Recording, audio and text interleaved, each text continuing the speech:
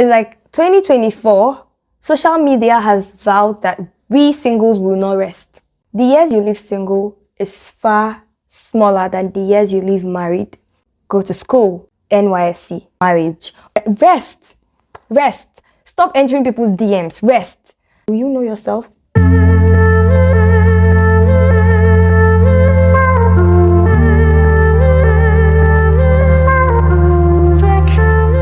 Hi my loves, welcome back to my channel. As you all know, my name is Jessa, and on this channel we talk faith-based content, makeup tutorial, hair tutorial, DIYs, and a lot more. First of all, let me go ahead to welcome all the first timers. If you know this is your first time subscribing or first time coming across this channel, hi, welcome. How have you been? And to my old-time subscribers, I love you guys.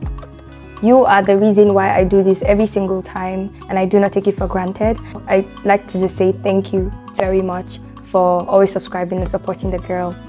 In today's video, as you can see from the sizzling thumbnail, we're going to be talking about something that is very, very dear to my heart, something that is very, very important to me and to a lot of us. I'm sure if you're here currently, you want to hear my 2 cents about 25 and waiting. So if you're 25, below and above, and you're still single, probably never had dated, probably never had been in a relationship in your life, or you have dated, been in a relationship, but it's not yielding fruit, this video is especially for you.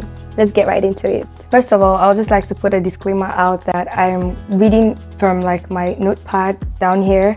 So if you see me looking down, it's basically because I'm reading from my notepad, and yeah. Sometimes a lot happens in life that keeps you wondering, where did I miss it? What happened? At what point did I miss it? And why does it look like my life sucks? So first of all, I want us to unpack that and know for a fact that your life does not suck at all. It doesn't. It looks like it does, but it doesn't. And adulting is already hard. Maybe because of the responsibilities we carry along the line, but there's one thing I've noticed as I journey through my 20s. I'm still in my 20s, I just became 26, but there is one thing I have noticed as I journey through my 20s, that there are questions that are more important in life than other questions. Like questions like, what is my purpose? What do I entail? Who am I? Questions about identity, about life. I'm still finding out that question. I do not know it all. I'm still finding out. But I've noticed that along the line as I journey, I discovered that these questions are important and I want answers. I need to know what's my purpose. Why was I created? Why am I on earth? So my first point is, it is perfectly okay to be single. Say with me. It is perfectly okay to be single. I know you are in your waiting season. Your waiting season might not be easy, but first, put it at the back of your mind or put it in front of your mind that it is a blessing, not a curse. You're not waiting for a man. You're waiting on God. Single and waiting, not single and searching. You're not searching to be in a relationship. So as you're waiting, what are you doing in your waiting season? Waiting is not, it has never been the easiest. It will never be the easiest, yeah? But what are you doing in your waiting season? Some people are just waiting, and the waiting is becoming desperation, is becoming frustration, is becoming pressure. Everything you think about is relationship. You're over obsessing. What does your life entail? What would you be doing if there was nothing like marriage, basically? Somebody just thank God for being single. Thank God for your singleness. But I'm serious. Your singleness, your single years are a blessing from God. It is not a curse. It is a blessing to be single. It is a blessing to not be burdened by much more responsibility as do married people, as do people in relationship have. Someone once said, I can't really remember who said it, but this person said, the years you live single is far smaller than the years you live married.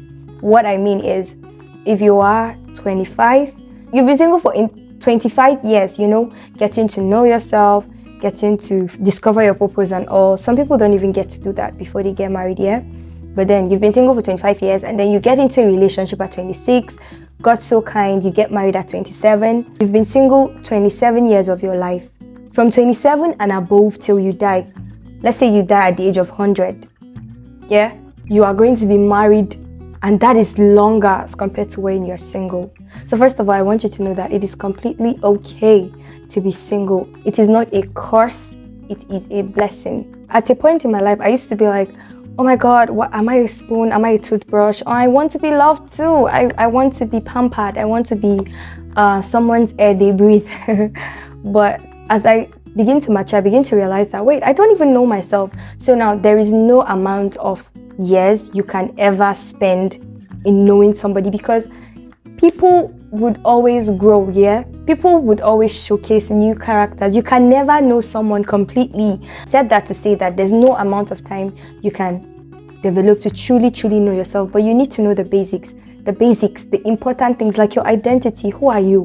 What is your purpose? So singleness is the time, the perfect time, I tell you, to discover your purpose, discover your potential, work in it. Who are you? Why are you on earth? We have successfully become other people, but we have not successfully become ourselves. I want you to ask yourself as you're watching this video, do you know who you are?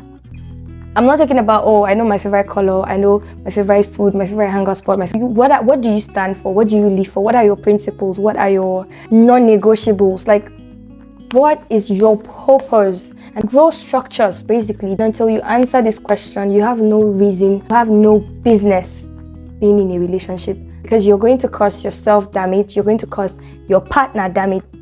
That's number one. So my number 2 point is find joy and happiness. Honestly, a relationship would not make you happy and fulfilled. Like, for the longest, I've always thought that, oh, by the time I finally get into a relationship, by the time I finally meet the one, by the time I finally fall in love, I will be happy and fulfilled. And that has happened, and I discovered that I ended up being more miserable. In fact, causing people I've dated even more misery. One thing I learned, and I learned the hard way, is it is nobody's responsibility to make you happy. It is your responsibility to make yourself happy. And true joy comes only from God. The Bible says, the joy of the Lord is our strength. So it is from the joy of God that we find strength. Meaning, anything outside God cannot give you joy. It might give you happiness, and happiness is momentarily, but joy lasts forever. So relationships will make you fulfilled. Trust me, if you're thinking, oh my God, I need to be in a relationship, the reason why I'm sad is because I don't have a man, the reason why I'm lonely is because I don't have a woman, you would get these people and make their life even more miserable. Relationship is the union of two complete people, two happy people. So find what it is that makes you happy, find joy and happiness. Even in other relationships, enjoy your friendships, enjoy your family. Don't be out thinking, oh my God, I need to have a man, I need to have a woman. And know that the only thing that will fulfill you is chasing purpose, is obeying your calling. You know, that is the only thing that can fulfill you. True joy comes from the Holy Spirit. It comes from God, basically. So find joy. Don't compare yourselves with other people. Guys, don't compare yourself. Our journeys are different. The fact that your best friend got married at 22 and you are 26 and there's no relationship in view doesn't mean, oh my God, we all have different journeys. There are people who have gotten married at 18, still have the best marriages. There are people who have gotten married at 30, still have the best marriages. So I think you should chase God to know what is in store for you. What is His purpose for you concerning that particular area of your life? Social media has vowed that there is no breathing space for single people this year. And you want to pressure yourself. There was a time here I had to leave Instagram. I had to leave Instagram for a while because people's happiness was causing me pain. And I know I'm not a witch, because that's witchcraft. How do I explain the fact that people are celebrating their big wins, small wins, and I'm just here sad?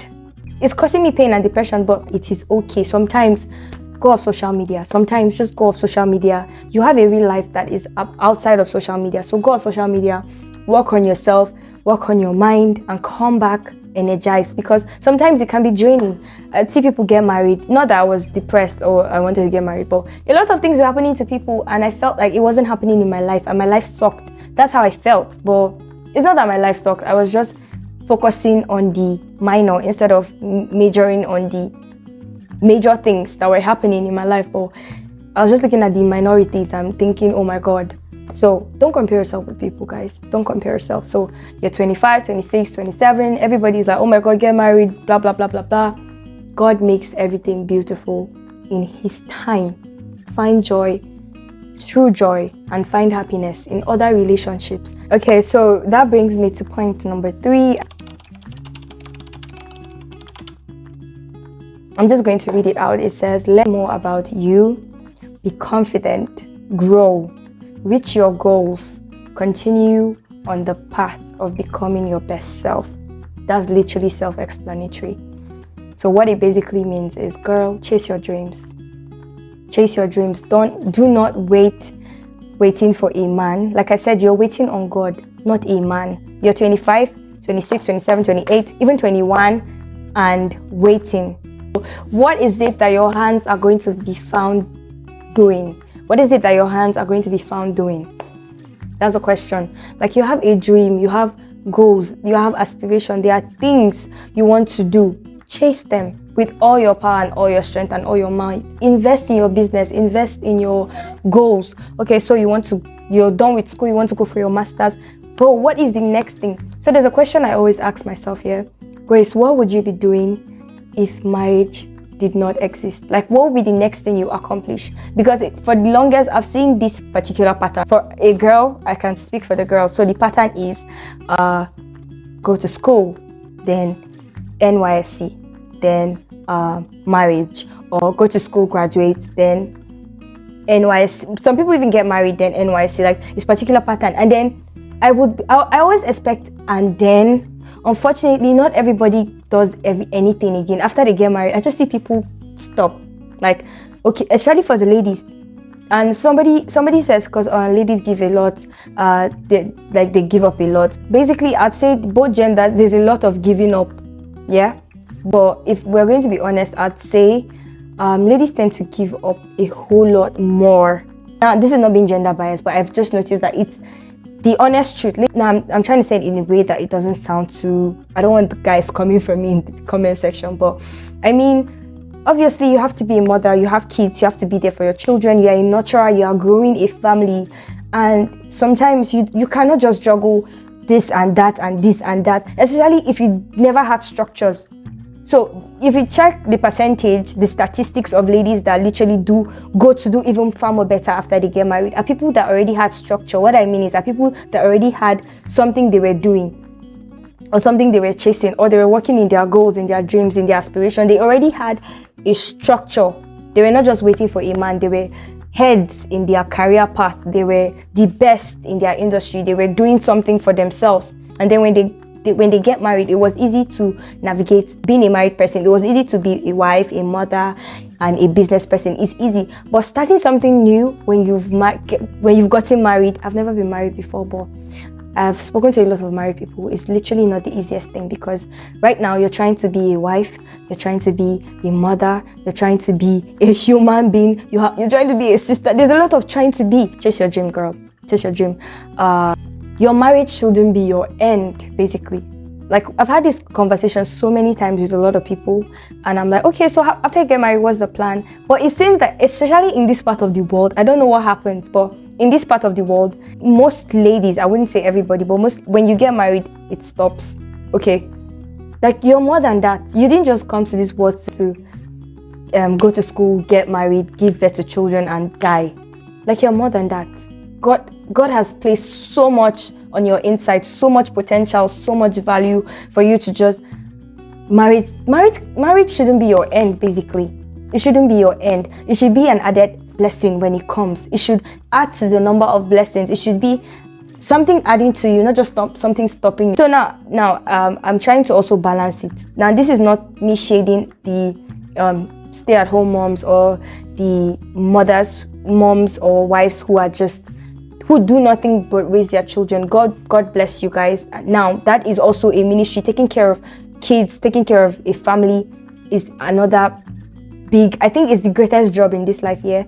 But I'm saying that shouldn't be all about you. Like, I'm challenging somebody's mindset. If your dreams, if you stop dreaming just because you get married, you should go back to your drawing board. I mean, there's so much more. There's so much more you should do. Basically, I hope you get this message. I hope I'm not too ahead of myself. So basically, work on yourself, focus on your business, a little more focused on achieving your goals instead of just focusing on a man. get married and want to aspire to do more. Knowing your purpose is going to do a lot for you. First of all, it's going to influence the kind of person you would want to settle with, the kind of person you want as a life partner, because you're doing life with this person. And if you're doing life with them, it means two of you are going in the same direction. If I'm going to use examples of people in the Bible that were just focused on themselves, Esther, she was focused on delivering her people. I didn't think it crossed Esther's mind for once to be like, oh my God, I'm gonna see the king, I'm gonna make sure he likes me. Like, her basic goal, she was in the place of purpose. Basically, she was focused on delivering her people. She was not interested in catching the king's eye, but she did. The king saw and he was like, who's that girl? You know, Ruth. In as much as a lot of people are going to say, but Ruth's mother-in-law instigated. Honestly, Ruth just wanted to survive. Okay, she has lost her husband, lost their home, followed her mother-in-law down to another strange land. She just wanted to work. And then she was in Boaz's field, doing what it is they do in the field. And Boaz was like, who is that girl? You know, let's go to the beginning, the origin. Adam didn't even know that he needed Eve. I mean, get busy, so busy in your purpose, in your calling, in your giftings, in your career, in your goals, that it was God that literally noticed and be like, I can't leave this man like this. Like, you need a helper. Like, it's not good for him to be alone. This man, he was never saying, oh God, when you're going to send the lady? Like, he didn't even know what was missing. I know that times have changed and now there's pressure. Like, you see a lot of things on social media and be like, oh my God, I'm missing a lot. But he was so busy and he was so focused on the work God had given him to till the garden, to take care of it. And it was God who still went ahead. God writes the best love stories, guys. I just love God because he writes the best love stories. He went ahead to create Eve for Adam. In fact, Adam was resting. Sometimes I think you need to rest. Operate from the place of rest. I'm preaching now. I'm preaching. Rest. Stop entering people's DMs. Rest. Give it to God and rest. Stop. Just stop. Just rest. Eve literally did nothing. All Eve did was exist. She just existed. That was all she needed to do. Just existed. And Adam saw her and was like, oh, that's the bone of my bone, the rib of my rib, whatever. But you get the story. So for the ladies now, don't chase anyone. Don't assist anybody chase you. You are more valuable. The Bible says your prices are far above rubies. You are priceless, basically.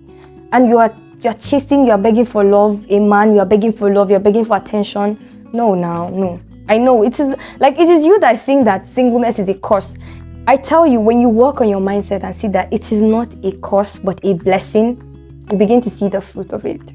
And with that being said, I've come to the end of this video. However, I will also be dropping another video in relation to this topic. Yeah, I'm going to drop another video. I'm sure you're going to see it later. And anyways, this is the end of today's video. If you've enjoyed this video, please drop a comment in the comment section. Drop suggestions, because if you're like me and you watch a video, you must go to the comment section. People are going to see suggestions, so drop something that you think is going to help someone who is single, who's trying to navigate being single, or someone who is just frustrated of being single. Just drop something in the comment section. And God bless you guys. Thank you for staying to the end of this video. Oh my God, I think this video is so long. See you in the next video. I love you guys. If you know you haven't subscribed, please subscribe. That's how I know that you enjoyed this sort of content I put out. I'll see you in the next one. Have a beautiful day.